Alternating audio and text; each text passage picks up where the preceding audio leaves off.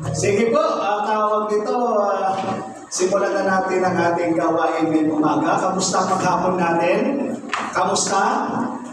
Gising ba tayo? Gising? Lahat ng gising pumalakpak. Amen! Yes, salamat kay Lord. Kasi bakit natin ito ginagawa? Para tawag dito ay malaman natin kung lahat tayo ay nakapokus ngayon sa ating pag-uusapan. Amen ba yun? Nandyan ba kayo? So, ihiramin ko sandali ang inyong mga pandinig, no? Hiramin ko muna ang inyong mga tenga, no? Pakinggan ang mensahe ng Diyos na nais iparating sa atin ng Panginoon na mahalaga makita yung mga bawat salita ng Diyos para sa ating spiritual na pamumuhay, no? Sabi ko nga, ang hirap talagang mag-preach kapag ganito yung status, no? Na pinipilit na ibaba doon sa pinakamababaw na pangangaral upang lubos na maintindihan, maunawaan ang ating pong mga sinasabi dito sa harapan. Ayaw po natin na magsalita sa hangin. No? Ayaw natin magsalita sa hangin. Gusto natin yung bawat salitang bibitawan natin, ilalabas sa ating mga bibig, ito'y titino sa ating pong mga puso. Kaya po, huwag muna natin kalabitin yung kakabila, huwag na natin muna siya kausapin, i-focus muna natin ang ating puso at isipan sa umagang ito. Sapagkat ang mensahe nito ay mahalaga. Sabihin mo nga sa katabi mo, mahalaga ang mensahe nito. Mahalaga ang mensahe nito.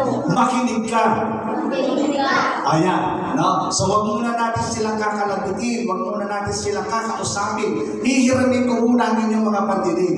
Pangalawa, di ba nag-request po ako sa bawat isa na magdala ng notebook at saka ballpen? Nag-request tayo nun. Ano po yung purpose? Ano yung purpose natin kung bakit nagpapadala tayo ng notebook at ballpen? Para lahat po ng mga sinasabi natin, isinusulat po ninyo. Kaya po ako naglalagay ng PowerPoint, katulad po na nakikita nyo ngayon dyan. Nilalagay natin yan, sinusulat natin yan isa-isa. Bakit? Hindi po lahat ng mga sinasabi ko rito ay maintindihan ninyo. Baka siguro sa isang linggo, nandiyan pa sa ulo ninyo yung mga sinabi ko. Baka susunod na linggo, konti na lang. Sa isang buwan, totally wala na. No? Kumbaga, dinakaw na ng Diablo yung mga salita na narinig natin. Kasi, bakit natin pinasusulat? Para kung meron man tayong hindi naintindihan, meron lang tayong hindi nauunawaan sa ating sinasabi, babalikan lang natin yung notes natin, yung ating sinusulat. No?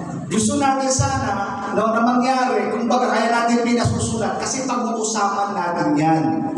Para nariritin. Part po yun na tinatawag ng discipleship. Kahit bata po kayo, no, mahalagang pinag-uusapan yan. May nagbibigay tayo ng puro-puro para diyan kung bakit tayo nag-request na may ballpen at may notebook. Pwede ba next week? Pwede ba natin yan gawin?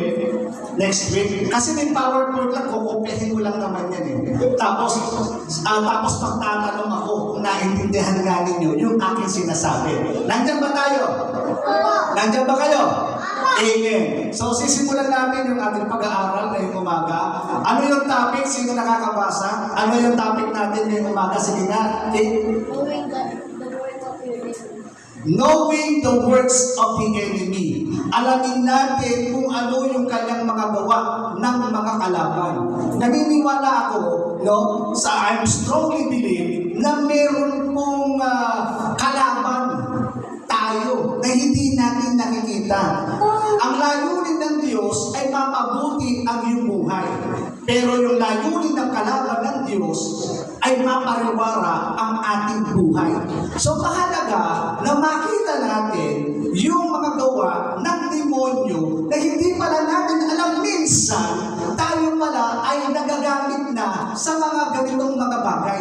Hindi pala natin alam na naging instrumento na pala tayo sa mga gawa ng demonyo. Akala natin tama, akala natin okay lang, akala natin normal lang. Hindi pala natin alam, hindi mga gawa na ng demonyo na ginagamit tayo. No? Kaya mahalagang makita natin yan sa ating sarili. baka pala itong ugaling ito, baka pala itong mga ginagawa kong ito pala yung mga gawa ng demonyo. Sorry, Lord. Ngayon, alam mo na. No? Alam na natin. Ito pala mga ganitong klase ng gawain ay gawa pala ng demonyo. Kaya nga, mahalaga na mapag-aralan natin ito, na alamin kung ano ang gawa ng demonyo sa ating pong mga buhay. Ang demonyo po ay hindi yan magpapakita sa iyo ng may sungay na nakakatakot. Magpapakita sa iyo yan ng mga magagandang bagay para i-deceive ka, linlangin ka, para dayain ka. Hindi siya magpapakita ng may sungay, mapagsik, matapang, nakakatakot. Hindi siya ganun. Kundi magpapakita siya ng mabubuting bagay para ikaw, ako, tayo ay linlangin niya. Para mailayo tayo sa original na plano ng Diyos. Ano sabi ng talata? 2 Corinthians, ikalawang Korinto 11:14. Pwede magbasa. Sino magbasa? Sige nga po, pakibasa po. Basa. Si ano? Okay, ulit. Sige. Hindi ito dapat pagtangkal sapagkat si Satanas man ay maaaring pagtulwaring anghel ng Diyos. Diba? Ang sabi niyan, hindi ito dapat pagtakahan sapagkat si Satanas, no? Si Satanas man ay maaaring magkunwaring anghel ng liwanag. Pwede pala siya magpanggap. As actually, dati naman siyang anghel. No? Kaya lang, kapaligtaran nun, yung mga bagay na pinapakita sa'yo, meron pala siyang motibo. Sabi nga natin, motibo. Kapag mag-response tayo doon sa bagay na yun, kasi mahalaga, para alam niyo, sabi ko nga, pag nag-aaral tayo, bakit kaya si teacher, kapag siya ay nagsasalita, pinaulit-ulit niya? Di ba? Nakuha niyo ibig sabihin, di ba si teacher, kapag siya ay nagtuturo, pinaulit-ulit, Aba! Sasagot kayo, di ba? Aba! Bakit kaya niya ginagawa yun? Bakit niya ginagawa yun?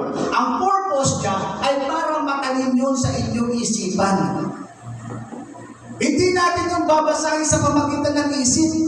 Binabasa natin yun ng malakas para marinig natin at marinig yun sa ating isip. Kaya nga pinapaunawa. Kaya ang pagbabasa ng salita ng Diyos, hindi ka nagbabasa ng salita ng Diyos sa pamagitan ng iyong isip. Nagbabasa ka ng salita ng Diyos nang may narinig mo yung sinasabi. Sapagkat ang sabi ng salita ng Diyos, ang pananampalataya ay dumarating sa pakikinig at pakikinig ng salita ng Diyos. So kapag binabasa mo ang salita ng Diyos, meron kang naririnig. Ay dahil naririnig mo yung salita ng Diyos, nagkakaroon ka ngayon ng pananampalataya. Kaya nga po pinauulit-ulit ko yung mga salita para maintindihan natin, mailagay dyan sa ating isip, mailagay dyan sa ating puso na merong motibo si Satanas. Hindi porke nagpapakita ng kabutihan ay mabuti. Hindi mo pala alam yung kanyang motibo behind doon sa kanyang gustong mangyari sa iyo. Nilalayo ka ni Satanas papunta doon sa kanya doon sa bagay na mapapalayo ka doon sa original na plano ng Panginoon. Sa tingin mo maganda, pero hindi mo pala alam kung unti-unti ka pinalayo doon. No? Unti-unti nilalayo ka doon sa original na plano ng Diyos. Kaya si Satanas man ay pwedeng magkunwaring anghel ng liwanag. Kaya nga hindi siya magpapakita ng kagaspangan ng ugali, hindi siya magpapakita ng nakakatakot, kundi magpapakita siya ng mga mabubuting bagay upang ikaw ay kanyang malinaw. Nandiyan ba tayo? No? Kaya yung akala mo, halimbawa, yung mga dawan, yung mga bata pa, pero nagpapaligaw na. Akala mo siya na. Pero hindi mo pala alam, meron siyang masamang intention sa iyo. Kunwari, ang bakit-bakit. Pero behind the curtain pala, sa likod pala doon, meron siyang masamang layunin sa iyo. Kaya kailangan mapagsuri tayo. Kailangan inaalam natin. Hindi natin alam, ito pala yung mga bagay na magpapalayo sa atin sa Diyos. Kaya nga, ang si Satanas ay pwedeng magkunwaring anghel ng liwanag. Kaya hindi yan kasi kapag nagpakita yan ng masama, no? Lalayuin na natin yan. Kasi hindi na tayo kumbaga, hindi mo tayo yung ganong klase ng ugali. So, kailangan bilang mga anak ng Diyos, mahalagang makita natin, maunawaan natin ang kanyang mga gawa. Siya ay mapanglinlang. No? Mapanglinlang. Pangalawa, sa salita ng Panginoon. Ang sabi ng salita ng Diyos, John 8:44. Ang sabi dyan, ang Diablo ang inyong ama. At kung ano ang gusto niya, yun ang inyong ginagawa. Siya'y mamamatay tao. Nasa simula pa at kalaban na niya ang katotohanan at di matatagpuan sa kanya katotohanan kahit kailan. Kung siya'y nagsisinungaling, likas ito sa kanya sapagkat siya'y, kapag siya'y,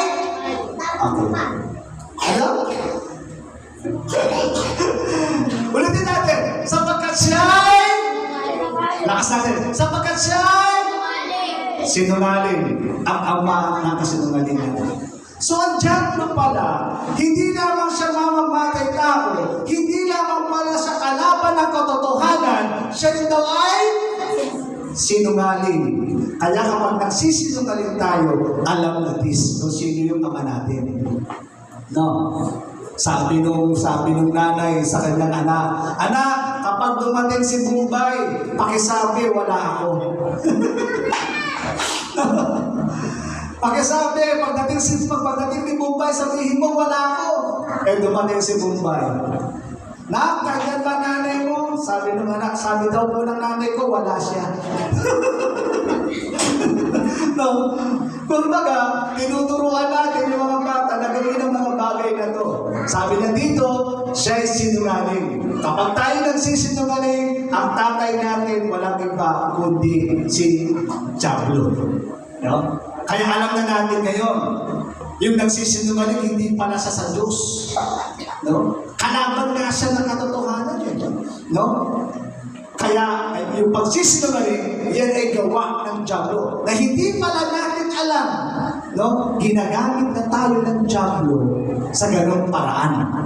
Akala natin normal lang, ano? Akala natin normal lang. Pero hindi pala natin alam, yan pala ay gawa ng demonyo. Yan pala ay gawa ng Diablo. Mamaya, wala lang kasi mga picture pa Pero paliliwanag ko sa inyo bakit mamaya paliliwanag natin. No? Sa pagtalata, sabi dyan, John 10:10. Sino pwedeng bumasa? Yung nasa likod? Ano pangalan? Siya. Okay. Sige na. Kaya lamang pumunta nito ang magnanakaw ay upang magnakaw, pumatay at magwasak. Narito ako upang ang mga tukay magkaroon ng buhay. Isang buhay na ganap at kay Siya. Amen. So, dalawang bagay gusto kong pansinin. Una, no, yung layunin ng Diablo. Pangalawa, yung layunin ng Diyos. Ang layunin ng Diablo ay ito, pakinggan mo, sabi na nito, kaya lamang pumunta rito ang magnanakaw. No, ang nire-refer niya si Satanas. Ang sabi niya, kaya lamang pumunta rito ang magnanakaw upang magnakaw, pumatay, at magwasak. Yan po ang layunin ng Diablo para sa ating pong mga buhay. Nandyan siya, nasa paligid lang natin siya, na kung saan ang layunin niya ay magnakaw. Anong ninanakaw sa atin? Anong pinapatay sa atin? Anong minawasak sa ating mga buhay? Tuturuan ka niya kung paano marupit ng pera. Tuturuan ka niya kung paano ka tawag nito, kung paano kukunin mo ang isang bagay na hindi naman sa iyo. Yun yung purpose ng Diablo. Naparito siya upang magnakaw. Hindi ka lamang tuturuin, kundi ang gagawin niya, nanakawin niya yung magandang kinabukasan na meron tayo. Para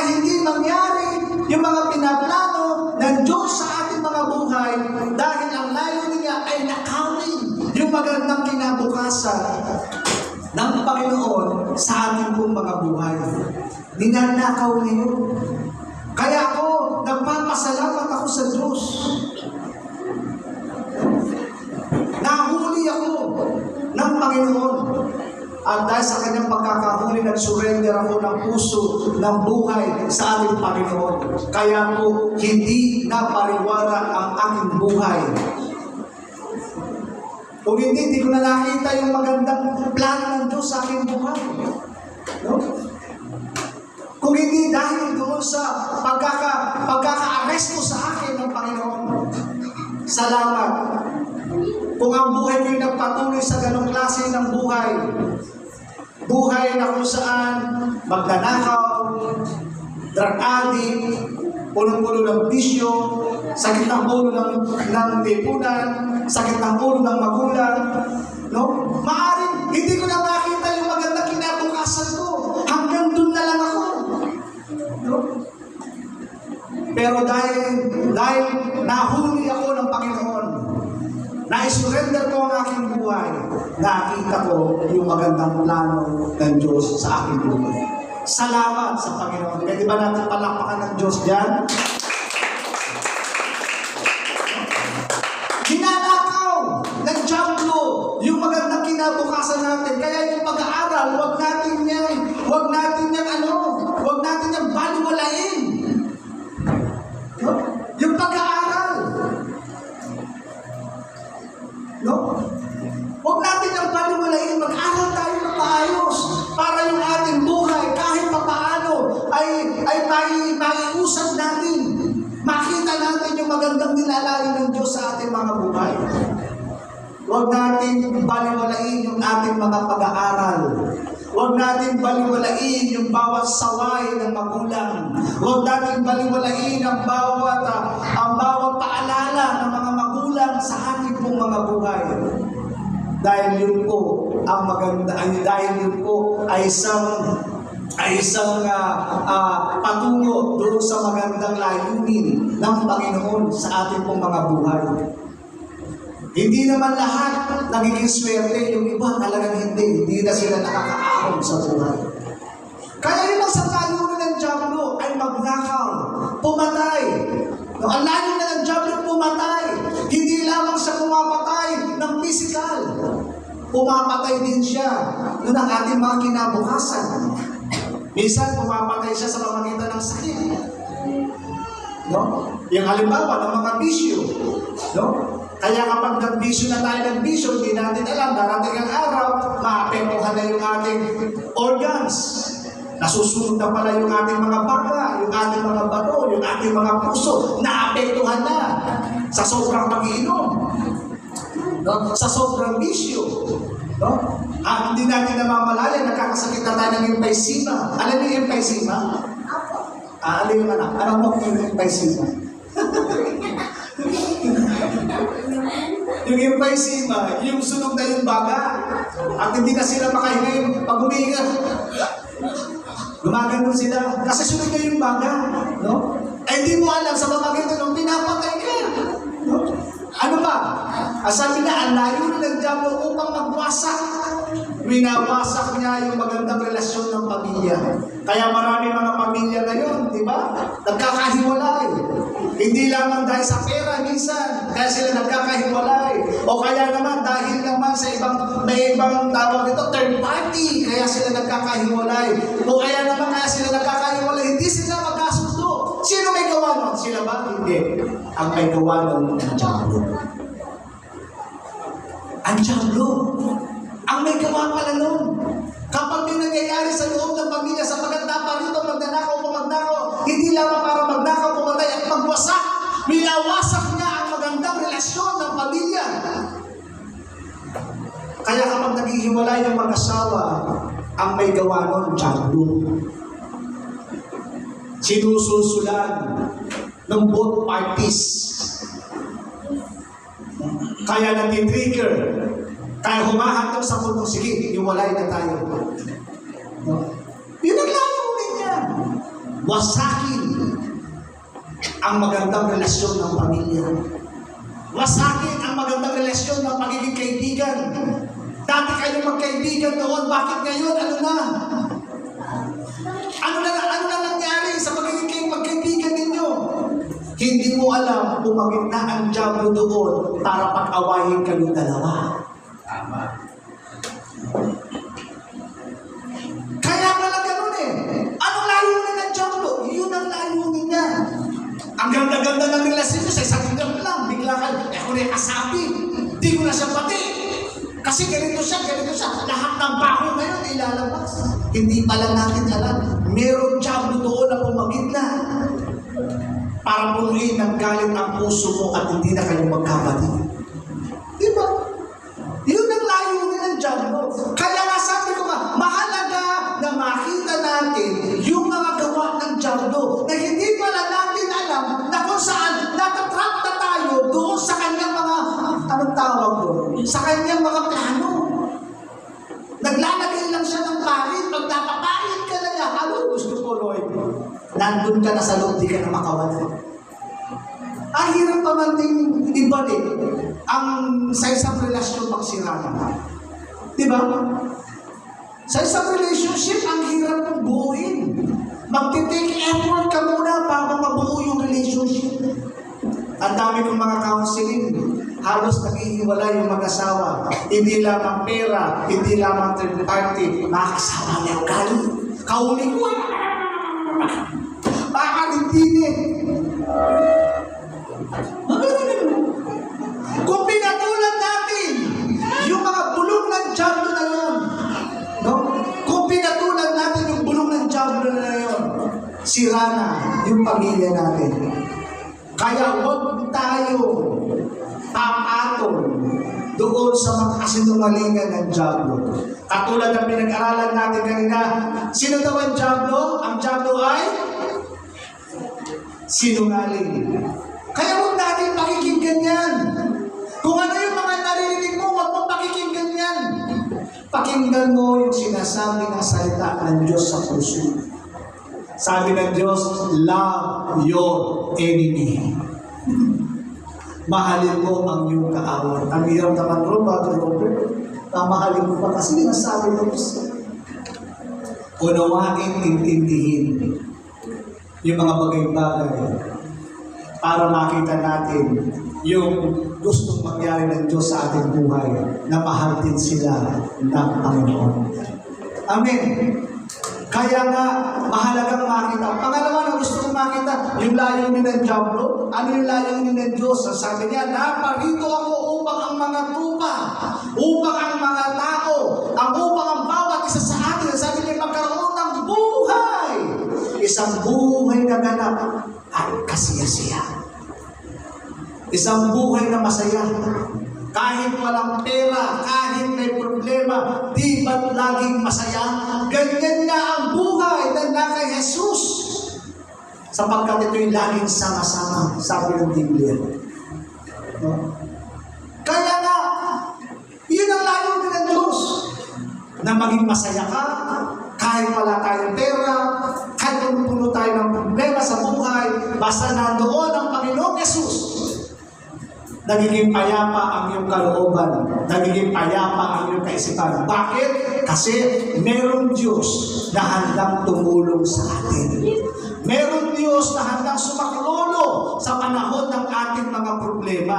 Merong Diyos na magpuprovide ng lahat ng iyong mga pangangailangan.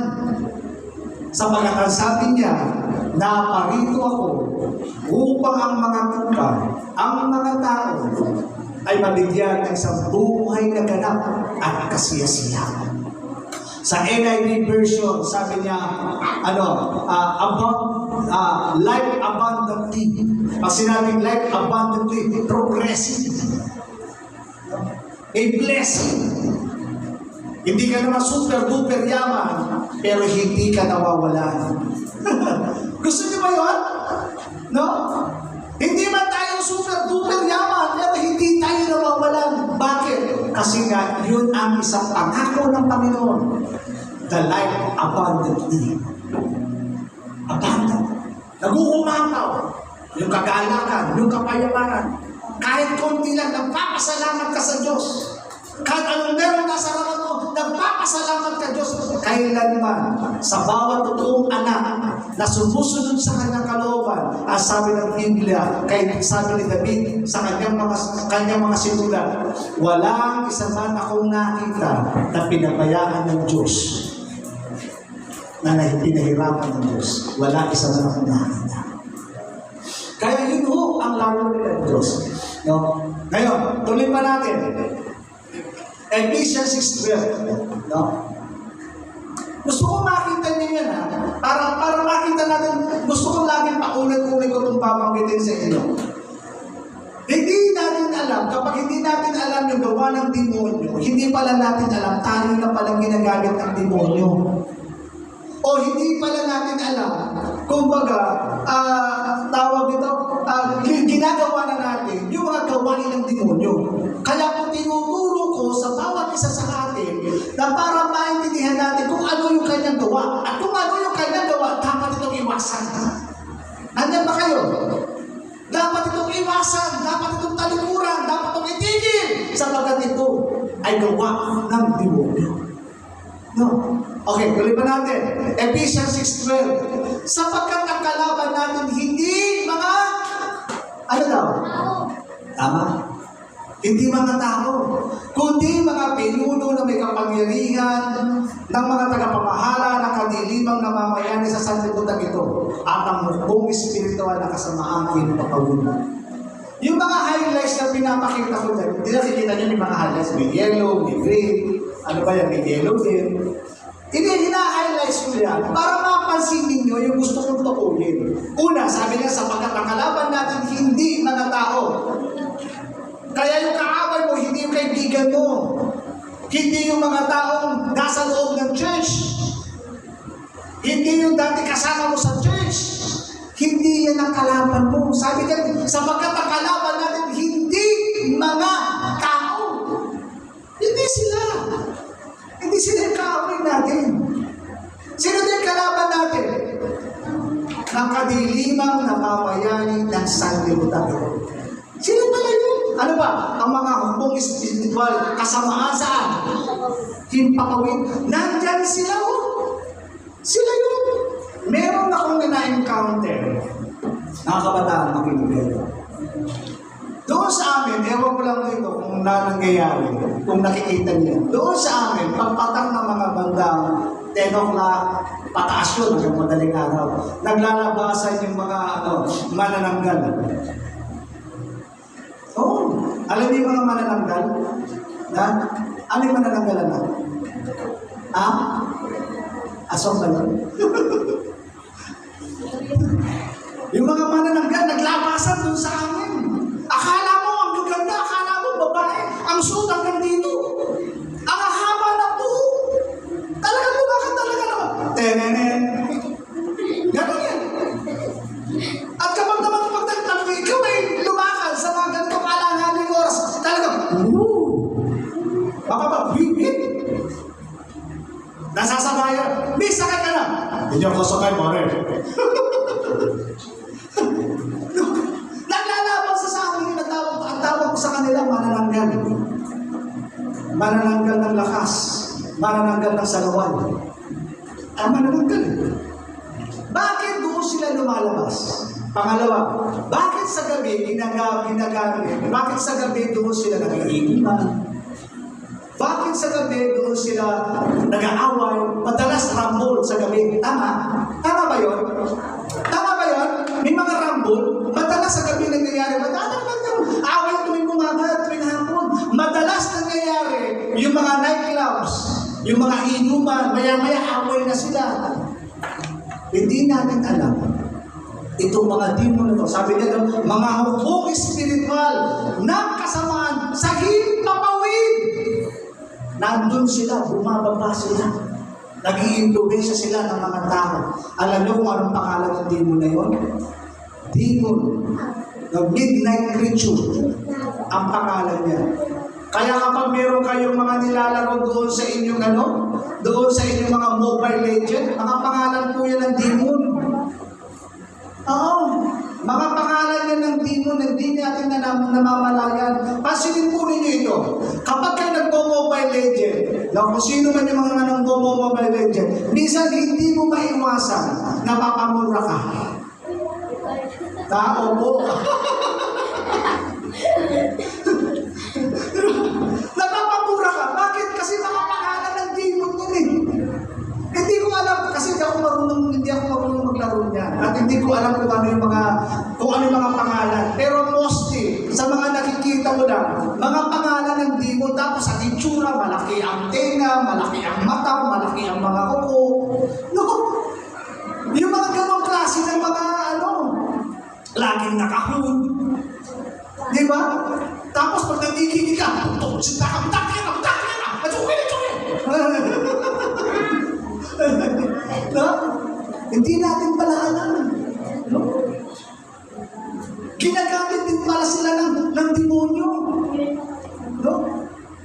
Kaya yung ugali natin, nagiging matigas sa puno natin, nagiging pasaway tayo. Bakit? Kapag inutusan tayo ni nanay, sabi ni nanay, anak, sali na ka mong bagong kita. Amo! Sakli mo! Yan, ito, bete, utusan mo kasi makita. No? Diba? Manos nakapinggan kita, sakli mo! Sakli mo, rin kayo nito maging. Diba? Hindi pala natin alam, kinokontrol na tayo ng demon. Dati, hindi ko lang alam kung dito kung kami nangyayari. Kasi dati, madilim dyan eh. Yung yung TNN highway, no? Nagkakaroon ng drag race, hindi ko lang alam kung hanggang ngayon nag-drag race pa rin sila. Madalas dyan may aksidente. No? Madalas dyan sa aksidente. Minsan, meron kami tinatawag na deliverance. Kung alam nyo yung sinasakian ng demonyo. Nakakita na kayo nun? Yung sinasakian ng demonyo. Yung isang lalaki, sinamian ng demonyo. Ngayon, nung pinagpipray namin, nagsalita siya. Nung sabi namin, anong pangalan mo? Sa pangalan ni Jesus, nagsalita. Alam mo kung anong pangalan? Abaddon. Ang ibig sabihin ng Abaddon, tagapagwasak, tagapagsira. Saan ka nakatira? Diyan, sa bundok Arayan. Nandyan siya nakatira. May mga kampon siya at siya ang gumagawa ng mga bagay na mga nangyayari sa paligid natin. May mga kampon siya. Kung nakakita na kayo, kaya mapapansin mo, ewan ko lang kung hanggang ngayon, mapapansin mo lagi may aksidente sa isang lugar. Ibig sabihin, merong demonyong naka-assign doon at ang trabaho niya mag-cause ng accident. Kaya naglalagay tayo ng accident road. Hindi maipaliwanag bakit nagkakaroon accident sa lugar na yun. Hindi maipaliwanag. Basta itong lugar na ito nakakamatay. Hindi nila alam, merong isang demonyo na nagbabantay, ang trabaho lang niya ay mag-cause ng accident. Bakit yun natin na lang lagi? Kaya yung iba ginagawa, bumubusina sila, nagtatabi-tabi po, pero hindi nila alam, demonyo yun na nakasign sa lugar na yun para mag-cause ng tinatawag na aksidente. Ang dami ko gusto sabihin, naubos yung oras ko. Tagapagwasak. Ngayon, ano po yung kanyang trabaho? Itong destroyer na ito na taga-Pampanga dito sa Araya. Lumalaki. Ang laki na ito. Para sa palaka. Gumagano, lumaki na mata, laki dito, laki na katawan. Pangalan na ba? Kapag sa loob ng pamilya lagi nag-aaway, kasi nga destroyer siya eh. Tagapagwasak. Kaya huwag nating hayaan na masira yung ating pamilya. Huwag nating hayaan masira yung ating buhay. Huwag natin pakikinggan ang mga sinasabi ng mga taong malapit sa atin. Tara, cutting class muna tayo. Huwag ganun. Kasi nga ang layo mo ng siyempre magwasak. So, hindi daw tao, ulitin ko, hindi tao ang kalaban natin, kundi panadya. Kaya kapag tingin mo nagagalit na siya, iwasan mo na lang. O kaya sabihin mo, in Jesus' name, tumigil ka, ayaw kitang pakulan. Ganun lang. Huwag mong hayaan masira yung relationship ninyo bilang magkaibigan. Tuloy natin, ha? Bibilisin ko, kung hanggat maaari. Sabi niya dito, sino magbasa? 1 Peter 5:8. Sino pwede magbasa? Ikaw ba? Manda kayo at magbantay ang diablo ng kaaway ninyo ay parang leyong umaatungal at aalil-alilin mahanap ng masisip. Di ba? Sabi niya dyan, humanda kayo. Ibig sabihin at pagbantay. Di ba? Pag sinabi pagbantay, sino ba naka-experience na sinabi ni nanay, bantayan mo yan ha? Naka-experience na kayo yan? No? Sabi ni nanay sa'yo, bantayan mo yan ha? Di ba? Kapatid mo, bantayan mo ha? Baka may mangyari sa kanya. Na-experience na yun? Sinabi? So sabi niya, magbantay. So alam niyo na yung feeling na pakiramdam ng nagbabantay. Tama? Alam niyo yung feeling na yan. No, kaya kasi nabi magbantay. Ibig sabihin niya, sa atin, bilang mananampalataya sa ating Panginoon, kailangan tayo magbantay. Bakit daw? Ang diablo, nakaaway ninyo, parang lihong umahatungal, aali-aligid. Nandyan lang siya sa paligid, naghahanap ng masisila. Ay, nandyan lang pala ang diablo. Kaya pag hindi tayo nagbabantay, sasamantalahin niya yung pagkakataon na siya ay makapasok sa iyo, makapasok sa buhay mo, makapasok na makagawa siya ng mga bagay-bagay na hindi maganda. Saan siya tatarget? Sa isip. Ay, oo. Diba? Basta ninyo kung kailan wala kang ginagawa, doon ang dami mong pumapasok sa iyong kaisipan ng mga bagay na hindi maganda. Diba? Napapasin nyo? Kaya kapag hindi na nagbabantay, hinayaan mo maglaro yan sa inyong kaisipan. Ang gawa ng diablo sa ating pong mga buhay, hindi natin alam lahat ng naisip natin ginagawa na natin. Kaya magbantay. Kasi anumang oras, pwede kang lapakin ng diablo. Anumang oras, pwede kang wasakin ng iyong buhay. Anumang oras, pwede kang tanggalin ng Panginoon. Pwede kang tanggalin, alisin doon sa presensya ng Panginoon. Ang tanong, kamusta na kaya yung mga nandyan dati? Nasaan na sila? Wala na si kapatid. Wala na si ganito. Wala na si ganyan. Bakit? Kasi nga, hindi nagbantay. Kaya wag natin hayaan na lapain ng diablo yung mga kapatid natin sa pananampalataya. Bakuran natin sila. Paano? Sa pamagitan ng panalangin. Bakuran natin sila. Agawin natin sila mula sa kamay ni Satanas para muli silang magbalik. Agawin natin sila. Kaya wag natin hayaan na magpasilaw tayo, no? Sa mga bagay-bagay na ginagawa ng diablo. Pag hindi tayo nagbantay, even tayo, mawawala na ng gana in serving the Lord. Ayaw natin, ayaw natin yung Sunday natin, basta na lang Sunday, nagiging ritual na lang. Ayaw natin na parang ritual na lang, basta umatay na lang, matapos na lang, go. Na walang anything injection. Oh, hallelujah. Eh, di ba ako sandaling mag-pray? In the name above every name, in the name of Jesus. Ikaw na masamang espiritu na gumagambala ngayon sa aming kalagitnaan. Umalis ka. Hindi ka namin binibigyan ng karapatang manatili sa lugar na ito. Sapagkat ang lugar na ito ay pinangalan ng Diyos. Ang lugar na ito ay tahanan ng Diyos. Kaya ikaw, diablo sa Satanas, umalis ka sa lugar na ito in Jesus' name. In Jesus' name. Bakit ko ito sinasabi? Kasi ayaw natin yung pagpatak ng Sunday, ayaw natin ma-miss yung salita ng Panginoon. Ayaw natin nakawin ng diablo yung bawat oras, bawat minuto, bawat sinasabi ng salita ng Panginoon ng mga leader, ng mga pastor sa lugar na ito. Ayaw natin yun. Hindi niyo ba napapansin? Wala pong laman na maitataas, kundi ang Panginoong Yesus ang siyang maitataas sa ating pong mga buhay. Ako ho, matagal na ako in the ministry. Pero hanggang ngayon, nagdadala pa rin ako ng ballpen, nagdadala pa rin ako ng notebook, nagdadala pa rin ako ng Bible. Pag nagsasalita si pastor dito, lahat ng mga sinasabi niya, may mga magagandang sinabi, sinusulat ko yun. Bakit? Kasi alam ko yung sinabi niya para sa akin yun. Nakuha niyo po yung ibig ko sabihin. No? Dahil ayaw natin na ma-miss natin yung mga salita ng Diyos na binibitawan ng mga lingkod ng Panginoon dito na siya magpapabago ng ating mga buhay. Ayaw natin yun. Kaya yung pagdalo natin dito sa gawain ito, hindi ito sa ritual. Na basta nalaman tayo, dadalo atin. Tapos na. Hindi. Kaya tayo nandito. No? Kaya tayo nandito.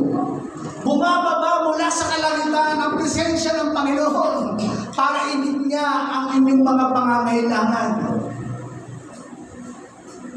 Bumababa mula sa kalangitan ang kanyang presensya ng Diyos para hapusin ang bawat napapagaan. Yun ang layunin ng church. Kaya kami naman, bilang mga tagapangaral ng salita ng Diyos, pinipilit namin aralin ng aming mga sinasabi. Pinipilit namin maunawaan ang aming mga sinasabi. And Lord God, in the name of our every name, in the name of Jesus, yung mga salita na lumalabas sa aming bibigay, hindi lamang salita, kundi salitang nagbibigay buhay, salitang nagbibigay pag-asa, salitang nagbibigay direksyon. Mga salita na mga salita na kung galing lamang sa amin, wala itong kapangyarihan, wala itong buhay. Pero kapag yung salita ito ay nilarisan ng Espiritu ng Diyos, magiging buhay ito sa ating puso. Magre-revolutionize ito sa ating puso. At ito ang dahilan kung bakit nagkakaroon tayo ng pagkauhaw sa salita ng Diyos. Nagkakaroon tayo ng pagkagutom sa salita ng Diyos. Bakit? Kasi mayroong nagre-revolutionize sa puso natin.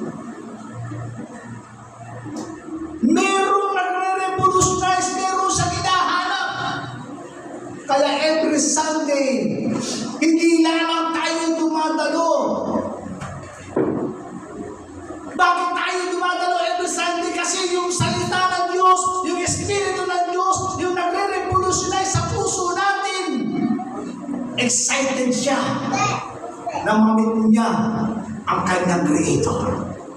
Excited siya na marinig ang mga salita mula sa kalangitan sa pamamagitan ng mga lingkod ng Diyos. Bakit? Kasi mayroong nagre-revolutionize sa puso natin. Hindi lang tayo dadalo dito o nasik lang tayo makadalo. Para masabi lang, hindi ako follow-up ni Pastor, aatin ako. Huwag ganun. Ito ang attitude na meron tayo. Dapat nakikita yung pagkagutom, pagkakuha. Yung ba kapag nagsasalita ang lingkod ng Diyos, ang ating mga mata, ang ating mga tenga, tutok tayo sa mga salita na kanyang sinasabi. Bakit? Kasi Lord, yun ang gusto ko.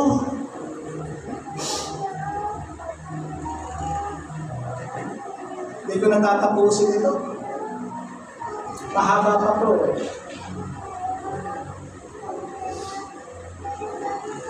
Sa church na pinanggalingan ko before, meron kami mga attitude na yung bawat dadalo, ginagawa namin, pinagpipray namin, yung bawat uupo dyan. Lord, hipuin mo. Yung bawat uupo rito. Mangusap ka po sa Kanya. Mangusap ka po sa Kanya. Kami naman, bilang mga tagapagturo, no? Pag magtuturo, hindi mo na alam kung ano ba ituturo mo, ano bang mensahe ko guys, may parating sa Kanya. Hindi kami mapakali. Hindi kami makatulog. Pray na pray. Na Lord, maintindihan nila, maunawaan nila. Kaya sabi namin ni Pastor Jose, ayaw namin magturo ng sobrang taas. Gusto namin magturo yung kayang abutin, kayang unawain ng aming mga sinasabi. Anong saysay ng sobrang taas na katuruan? Anong saysay kung napakagandang pagkakabahagi, pagkakasalita mo? Anong saysay doon? Kung wala namang nakikita nitong pagbabago sa buhay natin. Kung wala namang epekto yung salita ng Diyos sa buhay natin, kung wala namang epekto, anong saysay nun? Oh God! Nahahabag po ako, Panginoon, sa mga kabataan narito. Nahahabag ako. O paano ipaparating? Kahit anong gandang sasabihin namin, kung hindi ka kasi ito ng Espiritu ng Diyos natin. Kahit anong ganda na sasabihin, kung magsisigaw man ako ng mga bagay-bagay patungkol sa salita ng Diyos, kung hindi mamumusak ang Diyos, mapapaliwala ang aking mga sinasabi. I pray in Jesus' name, magmanifest yung Espiritu ng Diyos sa ating mga kapatid. Magmanifest yung Espiritu ng Diyos sa ating mga puso. Maging totoo, maging makabuluhan ang bawat araw, bawat linggo na naririto tayo. Huwag nating i-miss. Huwag nating i-miss. Ayaw kong masayang yung habang panahon na nandito kayo. Anong nangyari sa mga tubong pinagkatiwala ko sa inyo? Imbis na mapaayos, bakit nagkakaganyan? Anong dahilan? Ang hirap! Ang hirap! Kaya nga sabi ko, Lord, ayaw namin tumayo kung hindi ka namin kasama. Ayaw namin magsalita kung hindi mo rin kami babakapan ng Espiritu.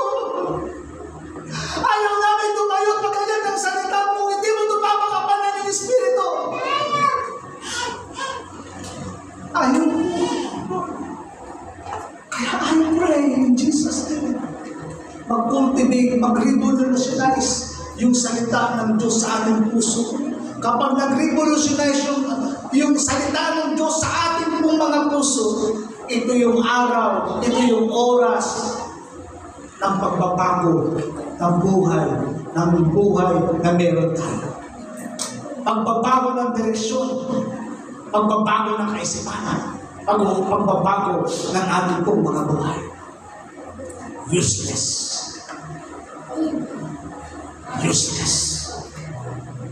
Kaya sabi ko nga, bantayan itong mga bagay na to. Meron isang kwento, ikukwento ko na lang, na mahaba kasi yan eh. Ikukwento ko na lang.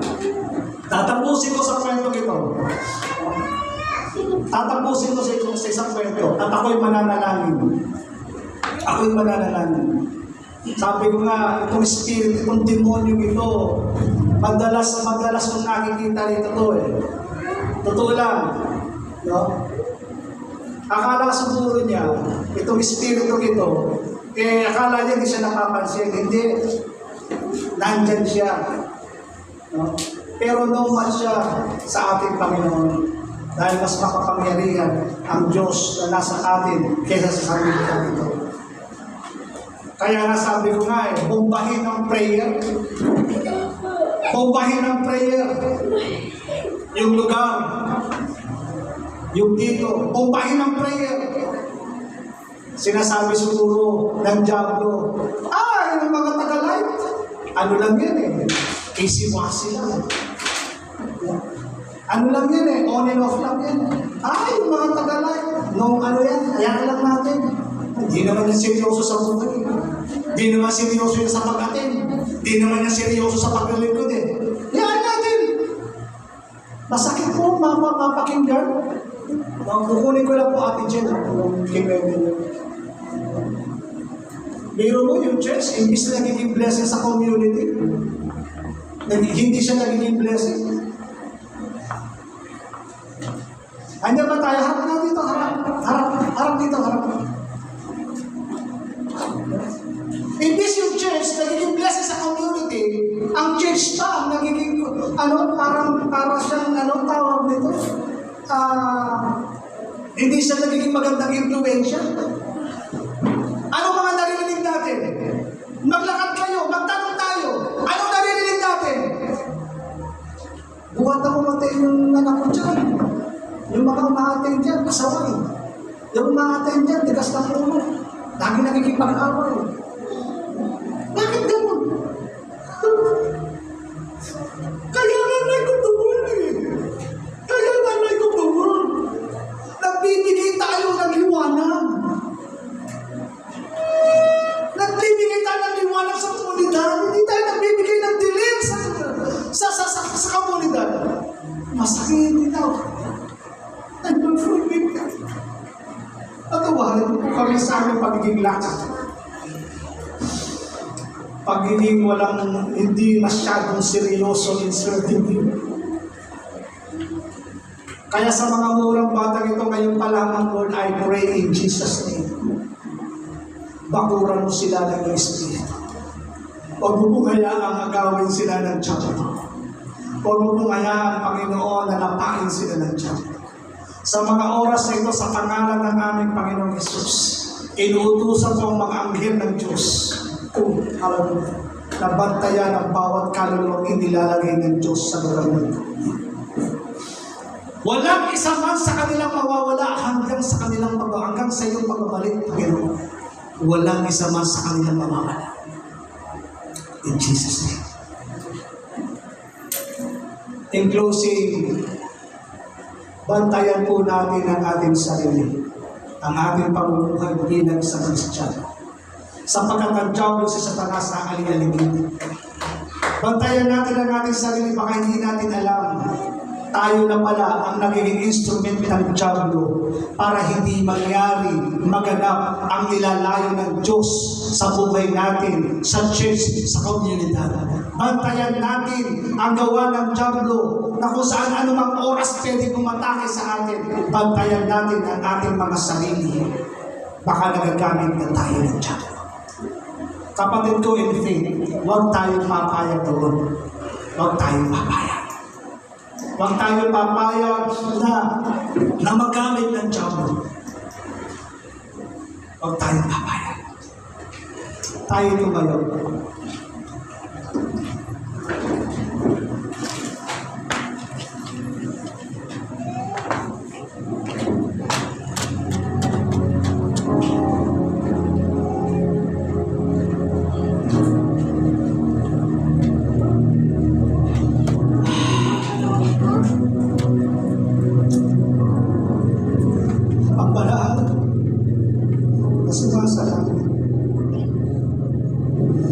Naniniklod po kami. Humihingi ng tawad. Sa amin po mga pagkukulang bilang mga lingkod mo, bilang tagapangasiwa mo, humihingi kami ng tawad sa amin pagkukulang.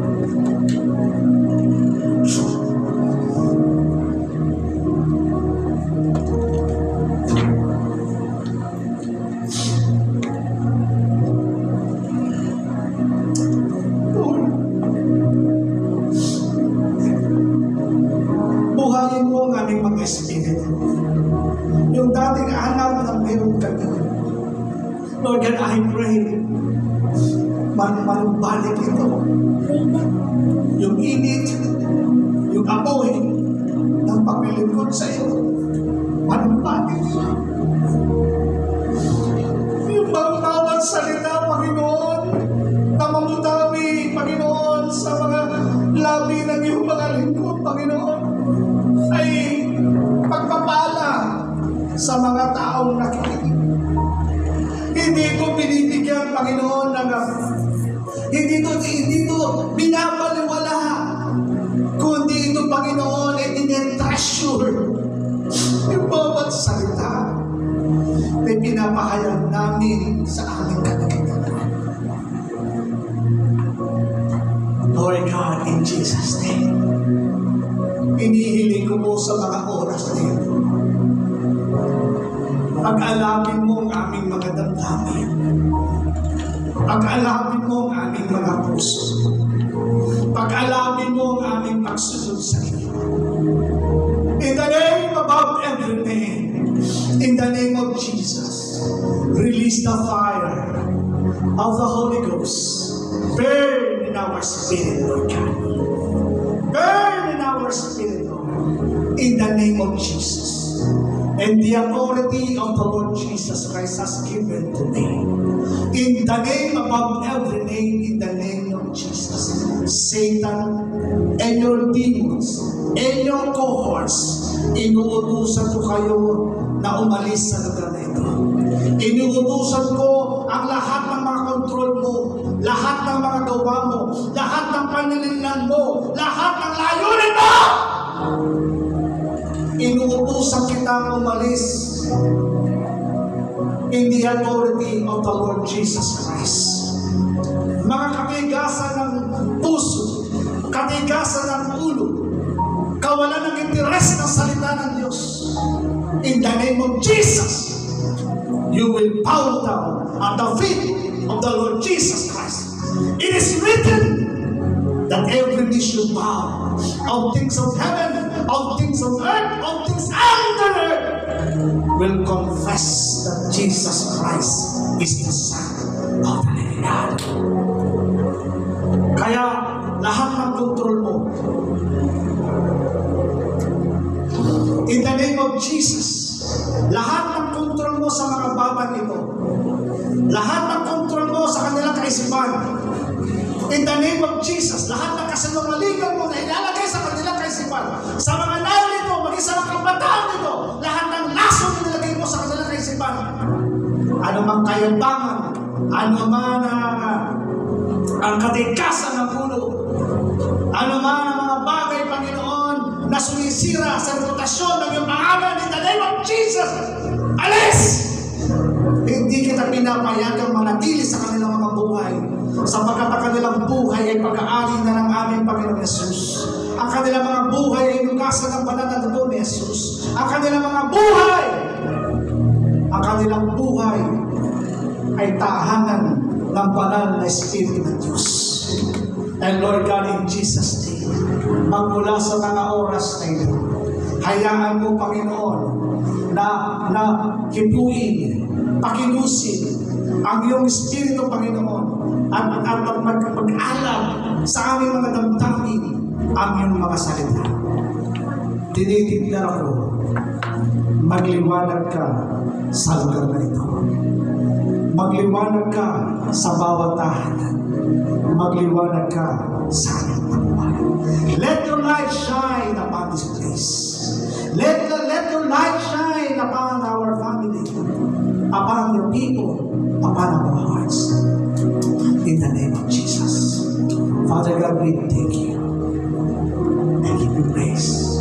I give you glory. In Jesus' name. Amen. Kalapakan natin.